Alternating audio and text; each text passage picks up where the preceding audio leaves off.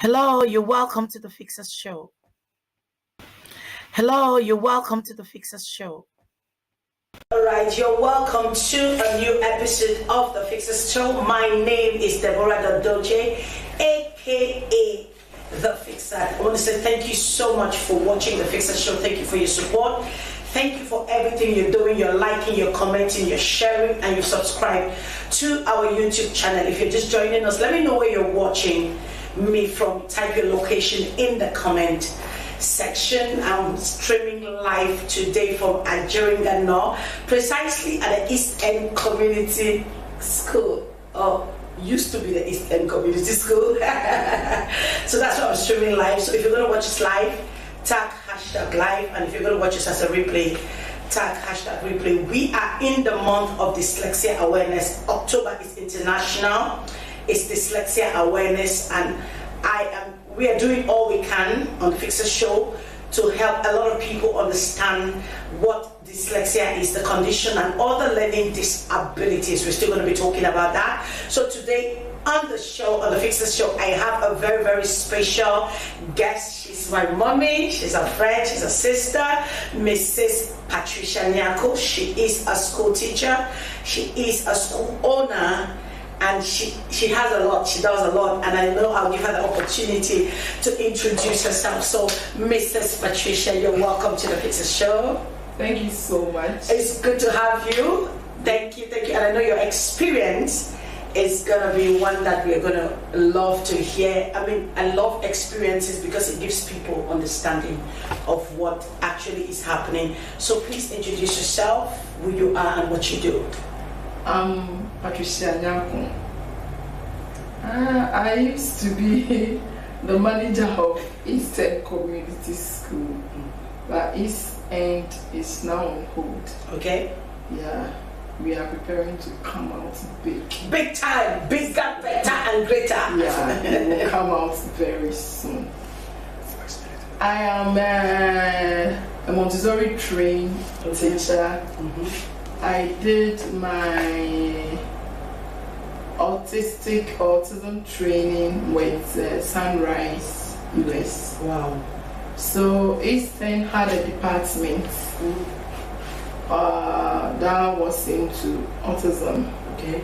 We had a whole department for autism. Wow. But all of it is on hold. Okay. Now, though some parents call me for in-house, whatever, but like we are not out as we used to. Okay. Yeah, but for those who need my services, I do offer them. You have heard her. She says if you have an autistic child and you need her services, then you could always refer to her. Okay, so now, mommy, like I said earlier, we're talking dyslexia, and I don't know, you've heard about the word dyslexia before? Yes. And, for my 23 years of teaching, and then my 12 years of managing a school, I've come across so many of them. Okay. I think I remember I had one child from one of the African countries that's not forgotten. Okay, so the parents brought the child to school. And normally when you come to East End, we have a test that's we have a psychological test before the normal test. Okay, that's before a child is admitted into the school. Yes. Okay. So this child came and we did our psychological test. So it was left with the reading and the other aspects, writing test. We realized the child was writing from left to right instead of the normal writing. Okay. And that has been a burden for the parent. The parents were so much, I don't know, the father said somebody recommended me to him. So he was like, Mommy, can we do something? Will this thing help? I said, no problem. So we tested the child and I realized that the child has a dyslexia challenge, so we need to help. Wow. And then I told the parent to give me 3 result visits.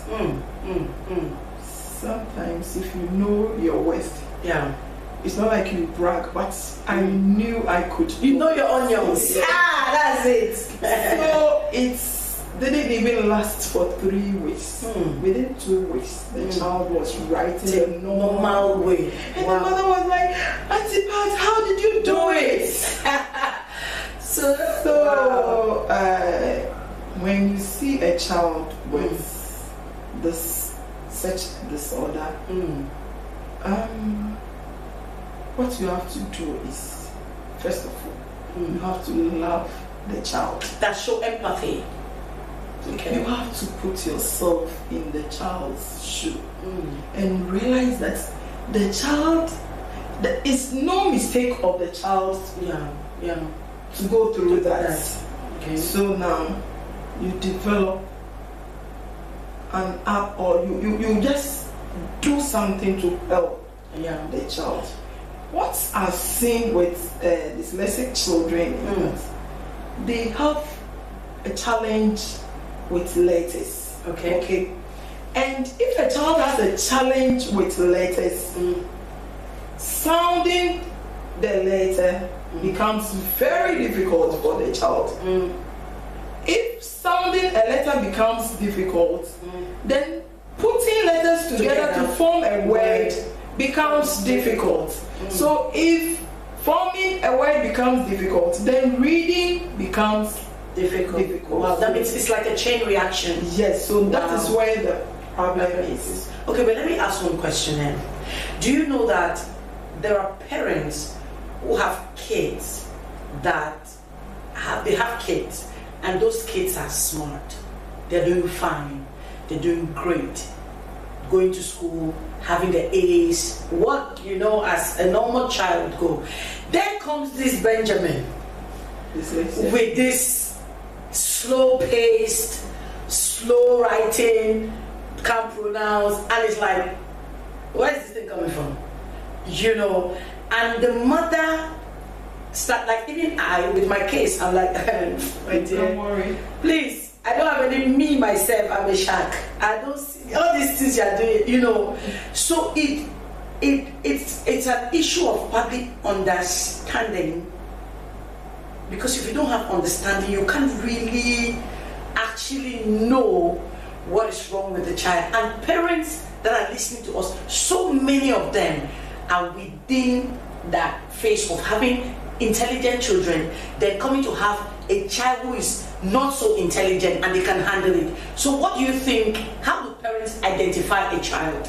No, I had let me tell you a little story. Okay. I have a parent who brought an autistic child to me. Okay. He has 5 children, and the only boy among the 5 children is the autistic child. And the mother doesn't see why who should give birth to an autistic child. But then there are so many causes to that. Okay. But then all I want to tell parents is that you should understand that what the child is going through is a disorder. And if there is a disorder, there can be an order. We can correct it. Okay. So that is why I started by saying you should love the child, understand the child, put the child to the right school or to the right person that can handle the challenge, and you're off to go. Okay, let me ask this question. Normally, autistic parents, right? Because of the way an autistic child or a dyslexic child is, every parent wants that prize-giving day going, and you're hearing them applauding. They call the child is the best in spelling, the child is best in English, child is best in mathematics, the child is best. You know that pride that comes with your child achieving. And like a mother having to deal with a child that is not with, I don't know how to, quote and unquote, cannot give that. There is something, because that one of the reasons why I'm pushing for this awareness is in the point of parents.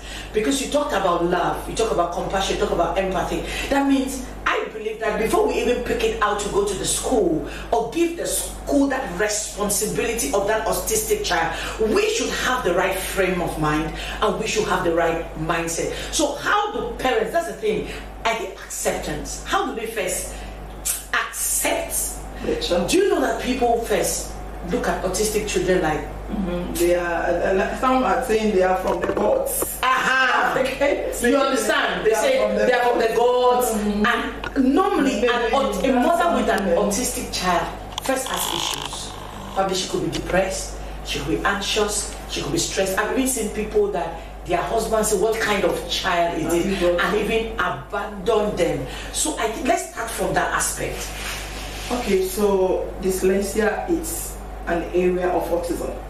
Okay, then some of the children, when they come, you could see it from their face, their eyes. Some of them, their eyes, as they look at you, and you see that they are looking far, but they are looking at you. Some are so normal that unless the child starts reading or writing before you detect. But as a mother, maybe should I start by saying maybe the child is not your first child, so excuse me to use the word that you've handled normal children, and this child seems to be like a child with a challenge. We can't say they are abnormal because they are gifts for us. So a child has a challenge, okay? And so as a parent, all the child needs from you is your support. You need to love this child. You need to read about the challenge that the child is going through. What if the mother is not educated? Because that's another thing. What if she's not educated? What is she going to do? That she's ostracized in the village with the dyslexic child who probably cannot talk at a certain age. Like Stella Emerald started talking around 6. Okay. Emerald went to school. She will come out highest in her class. She's not talking. Delayed speech. She would write. And I'm amazed at this child who is 5, 6 and can't speak and is doing so well. And I go and the teachers are like, "Oh, she's so intelligent, she's so brilliant." I said, "She's so intelligent, she's so brilliant, she can't talk." What is this? And that was my first child. So how do you think I was feeling? Feeling bad about yes, the child? I'm feeling a lot bad about the child. Wow. And we have a lot of parents like that who have kids who have delayed speech, kids that are dyslexic, kids that are autistic, and they can't deal. Do you understand? It's about how the society receive them, and the perception about a dyslexic child, perception about an autistic child. But autistic children, they are also called exceptional children. They are, because they have something unique about them. Okay, so as a parent, just observe your child, observe the uniqueness in the child that the other children don't have, and just tap into that uniqueness and work with whatever the child. I remember you said something when we started about the issue of comparison. Can you touch a bit about that? Now, in education, we say two people are not equal. There is individual differences. Okay, so no parent has the right. As an educationist, I'm saying no parent has a right to compare two children. And even teachers, you don't have a right. Me, if I have my own way, that examination whereby we compare children would have been stopped. Because a child might be good in the class, a child might also be good on the field. That's true. One child can also be good in the kitchen. I see so many university graduates who are now in the kitchen and they are doing well. That's true. So do you want to tell me that if your child is not doing well in the classroom, then that child should, what should happen to the child? So parents should stop. Should stop comparison, should stop comparing, and more especially, so I feel so bad when they are living in compound houses where people are saying that, oh, this person's child is this and this person's child. I wish God will bless everybody to have his or her own apartment to live with children. Because sometimes it's not a fault of the parents. It's now the environment around. Okay, so for instance, if you have an autistic child who is hyper and he goes around beating people, nobody understands the situation of the child. But the child is in his own world. He thinks what he's doing is right. It takes somebody who loves the child to put the child right. I a child, an autistic child, and the child was throwing saliva all over. And when the child spits, and I cleaned the child, the mother said, "Oh, Auntie Pat, how? When I take my child, people are just ignoring it. I don't even go to church because of this." Yes, they are ostracized. My dear, it's so bad. Yeah, it is bad. It's so bad. That's what we are talking about. You as a teacher, as a school owner. Okay, let's move from the home. Okay, let's say the parent has accepted, or the parent has not even accepted, or doesn't even know that the child is having dyslexia or autism or any learning disability. So when you detect as a teacher or a school owner, what do you do? Okay, so when you detect that the child has dyslexia, the first thing that you do is to bring the child to a sitting position where you will be observing the child. You know, before I tell you the solution, let me tell you the symptoms or the problem that the child encounters. The child or the child herself encounters so many challenges, because when a child is dyslexia and she comes to school, you see that the child is reserved. The child doesn't want to socialize. The child becomes so he doesn't want to mingle with the other friend. And even when you ask questions in the class, the child is afraid to answer because he thinks his other colleagues will laugh. And that is the cause of the child's academic delay. You see, it slows down the child's academics. Yeah, I remember the interview I did with Fifi. He made a statement. He said he was never in front of the class. He was always at the back. Why? Because he was dyslexic. He could not talk, he could not read. And he was at the back of the class with his head bent, just hoping and praying that he is not called out to read. Wow, you see. Because when he's called out to read, his friends will jeer, his classmates will boo. So he says every time they call him, this is his word, his spirit man will leave him. That is how, like what you're talking about, the child being reserved and being a loner. The child does not want to be called up for fear of being talked at. So what can teachers do? So as a teacher, and parents should if you have a dyslexic child, you should know where to enroll your child. Okay. First of all, you shouldn't take the child to a school where the enrollment is so huge that in a class they have about 40-30 people that they will not even notice your child. What if the parent initially doesn't know the child is dyslexic and takes the child to that kind of school? I think when the child starts school, and you, a parent should be part of the child's learning. That is what I wanted to hear. So that aspect. The child brings home homework, and as a parent, you start helping the child. And me, for one, I was a lefty. I write with my left. Okay. My parents started beating me to change. I have a mark. My mother beats me out to use the right. She never understood my world. Okay. So growing up, fortunately or unfortunately, I didn't. All of my children do the normal writing, so I didn't encounter that. But then when I started the school, I realized children write with their left. And my husband is a lefty. When a child is writing with it, you have to encourage. That is where the child feels comfortable to do. Allow the child the space to do. In Africa, we say left hand is backlog. No,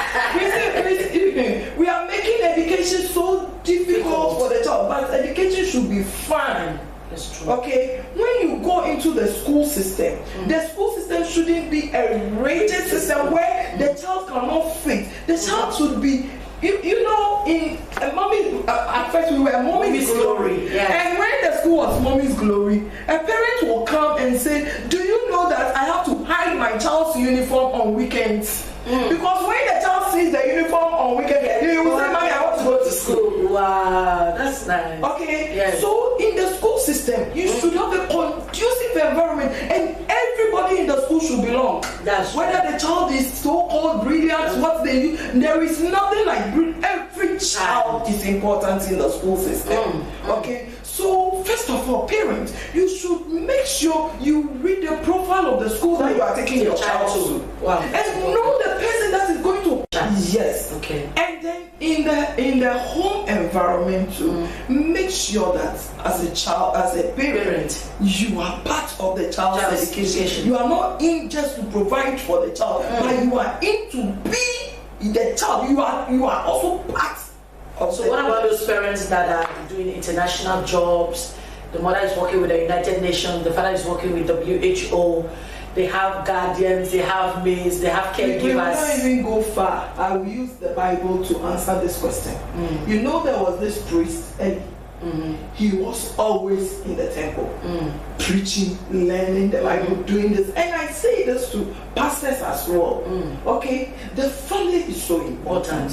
So Bible says a false balance is an abomination. So if you are a parent and you think all that the child needs is your money, your husband, and all that your wife needs is money, school you are missing the mark. Mommy, you are school owner, and they say you people are holding people for school fees. So at the end of the day, the money will come, and now you are going to use the money to take care of the child's disability.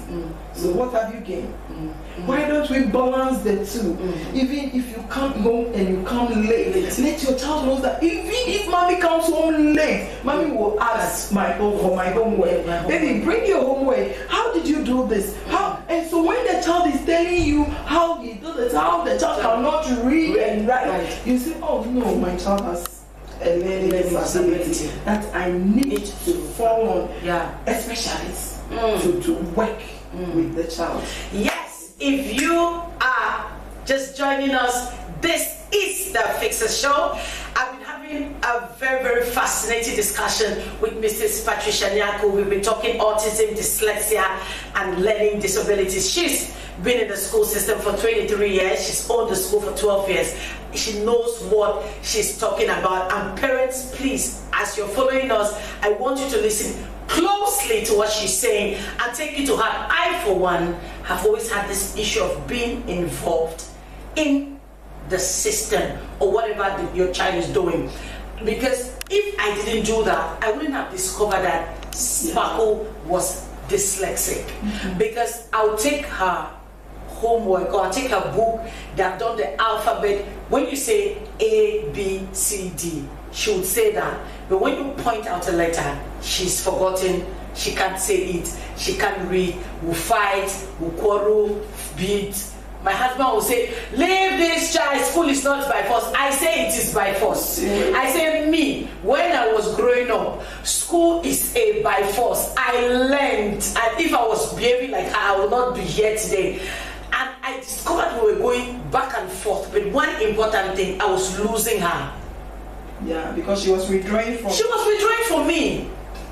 She kept going further, and I could feel the disconnect, especially when it has got to come and read or come and learn. She'll be all over, far away. So I'd never heard the word dyslexia before. So I went for a program where this lady, Jifa Gray, she said she was dyslexic, and she kind of talked about the symptoms, delay, this and that. Then I came home, I mentioned it to my husband. I said, I think Selassie is dyslexic. I think so.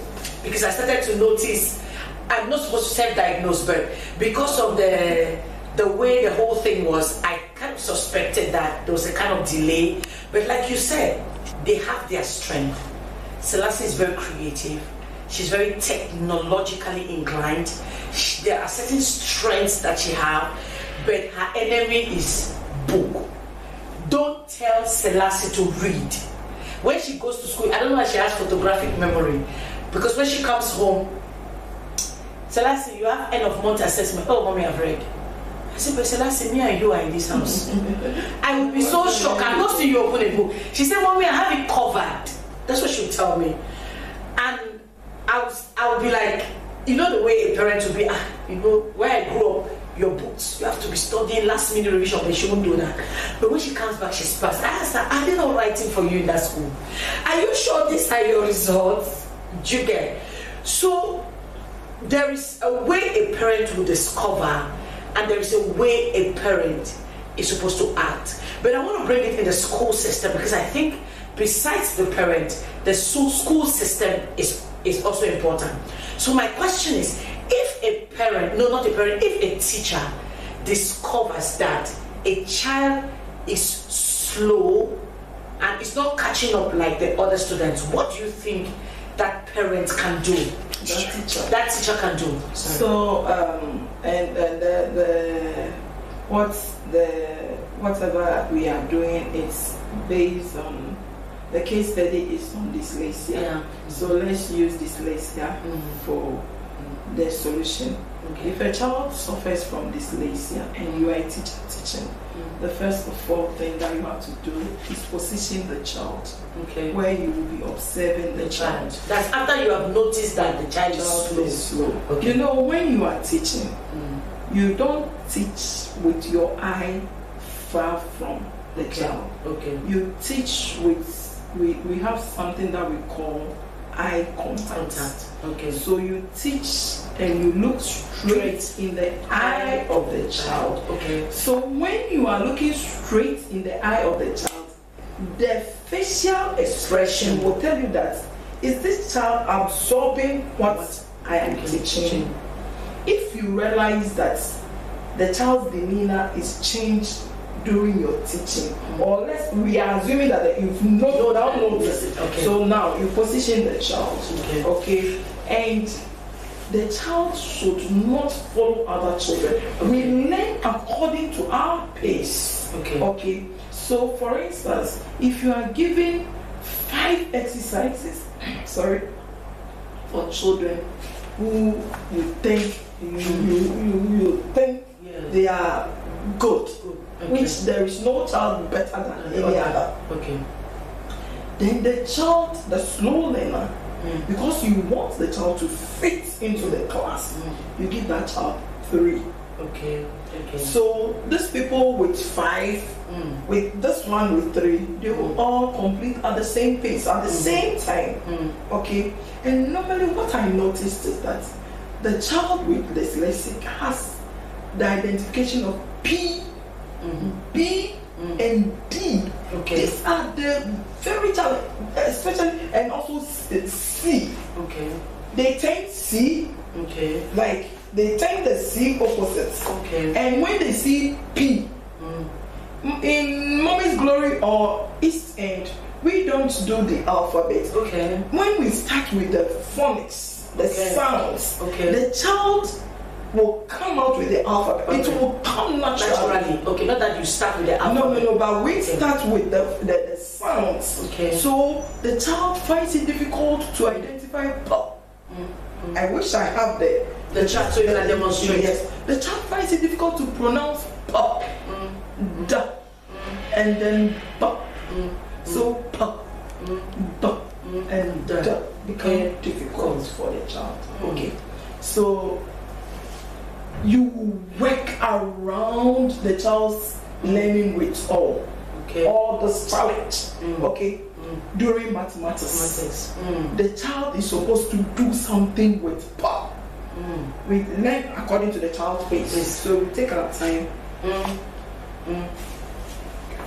We learn according to the child's pace. Okay. So pop. So let's say we are counting, and we are counting objects. Okay. So you know the child has a challenge of pop. So in the box, with objects, instead of you doing something that will be out of the box, you put pop, pop, pop, pop, pop for the child to count. If the child is very good at counting, so when I put pop, pop, pop, the child counts 1, 2, 3, and he writes 3. Okay. And in education, we learn from the known to the unknown. So now I am building on the child's previous knowledge of learning, knowing 3. So now I do pop, pop, pop, 3. Okay, then I do in another, maybe this is a square. There's 3 pop in the square. Then I do a circle with 1 pop in the circle. Then I do maybe a triangle with, so the child always see pop, pop, pop, pop, pop, and so the pop is now registered in the child's mind. Wow, amazing. So the child now becomes happy. He wants to do it more. Okay, so if that happens in a private school, what about government school? Do you think they really have the time to do what you're saying? I can't speak for the government schools. Yeah, I completely understand that, definitely. Because like in the private school sector, it's easier to have a system where dyslexic children can fit in. Yeah. Okay, so there are cases where a child is slow reading, writing, and all that, and the colleagues or the classmates know. And in a bid to shame the child, they always use that and say, okay, let me say that the child is trying to come out and be tough and do something. Then they say, hey, you live here, you cannot read, you cannot spell. So as in the school, how do you in East End? Okay, we don't give 0. Okay, we don't. In some schools, you go and they will give 0/10 with the eye and the draw, and the child becomes so down for the whole day. Please, if you are a teacher listening to me, if you give an assignment and the child gets 0, you have to check your method. Because if the child understands what you are teaching, the child cannot get 0. That's true. Okay, so in a sector where the child is being, I don't know, put at, we don't shame a child in a school. Okay, you can't say shame. We don't use. And I learned some schools shame. Then they use some word. I don't use you can't do this. Okay, if a child has dyslexia, you have to make sure plan the lesson with the child in mind. Wow, amazing. Okay, at the moment that you have to still do this your school, because the school is no. Because what you're saying is what parents are looking for. This thing that you have just said, that you will plan a lesson with a dyslexic child or a child with any learning disability in mind, is a very powerful thing. Because if you don't do that, the child is left out. The child is a loner, the child is reserved. Okay, now when you know a child is dyslexic, how do you involve them in games to bring them out? So I started by saying that you position the child. Then when the child is doing mathematics, you involve the letter that the child is finding difficult to identify into mathematics. In science, you have to involve the letter in science. Okay, so now you want the child to be part of the class. Yes, okay, class, and let's assume you are doing spelling, and the child with dyslexia sees pop. Pop. We are doing 3-letter words spelling. The child cannot identify pop. So he sees any word with pop and pronounces it as bat. Okay. But any word with pop instead of pop. And you want this child to be involved.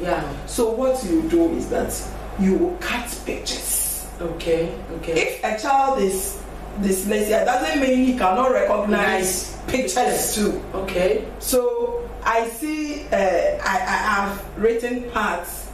They know me as anti-parts. I draw myself parts, and then I put the picture there. I have a picture of bats. Okay, they know a bat. So the bat, you do the action that a bat flies, because bats cannot fly. You see the difference. So when it is spelling or dictation, you with mommy, we just put all the words on the. You see that at the end of the lesson, what the child should achieve depends on your method of teaching.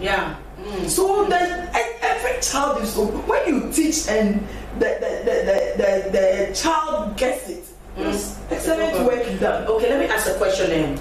Do you train, like, okay, let's say that we are anticipating that when you are a school owner, you definitely have children like that who come and they are dyslexic or they're having autism and all those learning disabilities.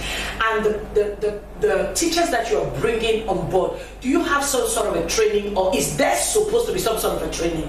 We do training. You are here anytime you come. We have, before school reopens, we do at least a week's training. Okay. And the training that we do is that every class will present the topics for the term.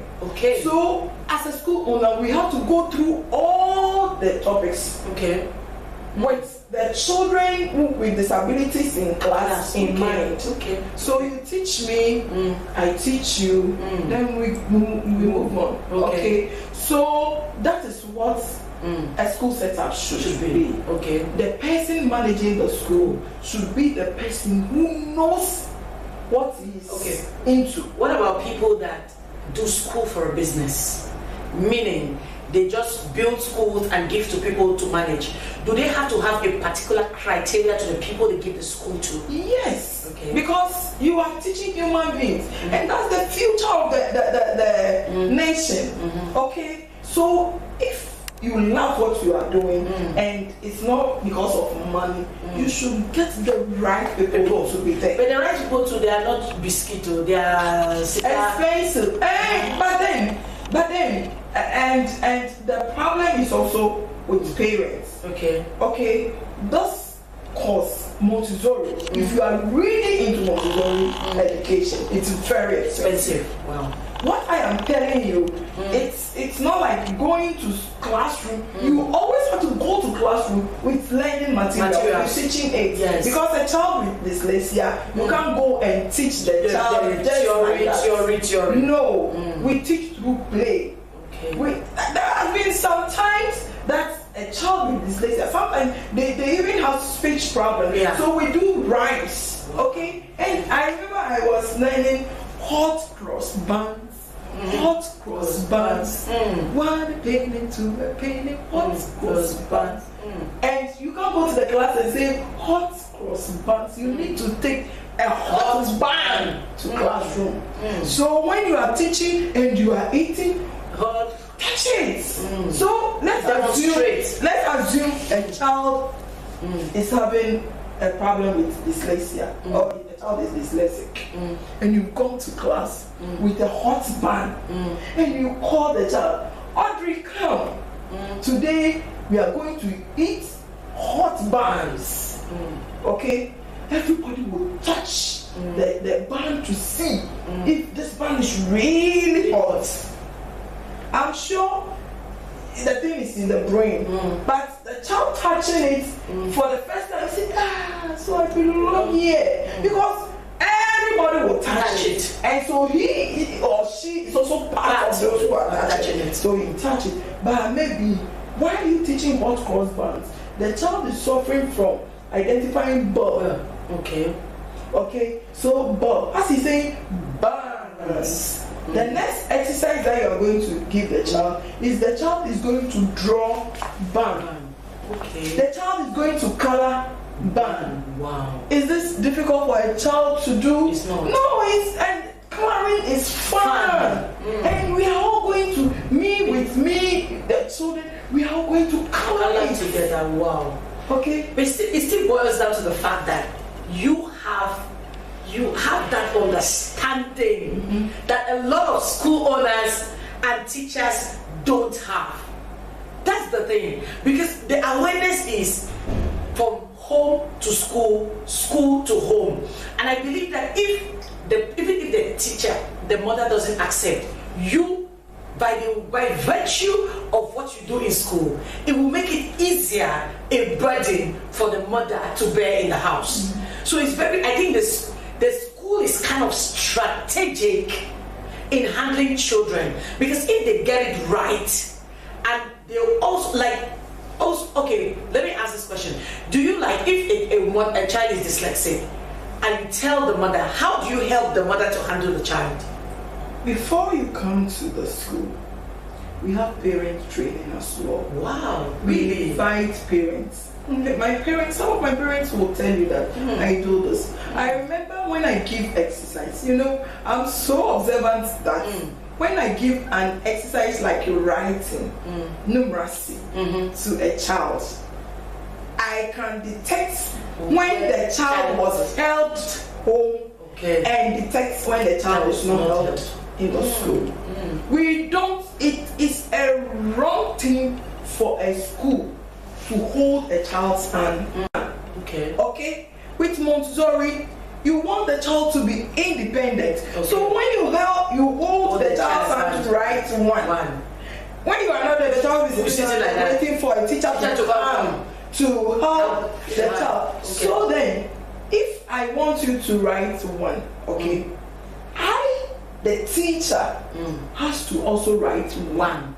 Okay, so the child is. So you start when the child comes to school. You start today. Hello, how are you? How was school? How was home today? Mommy, did mommy come home yesterday early? Like you start interactive action conversation with the child. So you open up the child's spirit before you put in whatever you want the child to do. Okay, so I'm teaching the child one, and the child has never seen one, or maybe he has even seen one, but he doesn't know how to write. So we start by writing one in the air, and I know how to write. I know how to write one. I know how to write one. So if the child is writing one, up and down, one, up and down, one, up, and you see that the child is still not getting it, you give the child a sand tray to write one. And if the child is still not getting it, now you give the child dots. If the child is still not getting it, you write alongside with the child. Now we are going to write one. Look at where my pencil is. Your pencil is also here. Put your pencil. Follow my. So you are following and I'm writing. At the end of the day, the child is one. So if a child with dyslexic go through this process, there is no way the child would suffer again that he can't identify it.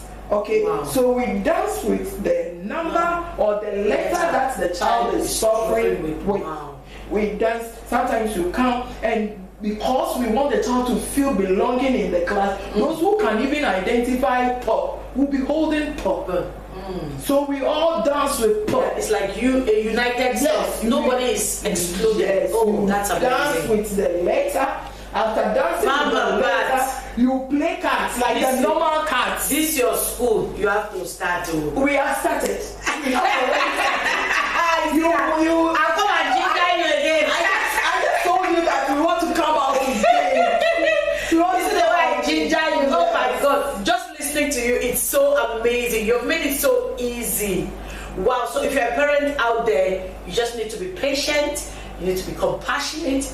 You have to show empathy. Love, the word is love. And also know that the child is not demon possessed. No! So that you don't go and carry oil. Who is demon possessed? My friend Fifi, the mother was so worried and they thought he was demon possessed. So they had to carry him from pastor to pastor to pastor to pastor. And they were giving you oil to drink and pour on the brain. The mother was worried. That's what I'm saying, that when we started from the beginning, I was talking about parents who are anxious, that. It's a process, so they should also give the child time. It's a natural thing. When the child grabs it, nothing will take it out.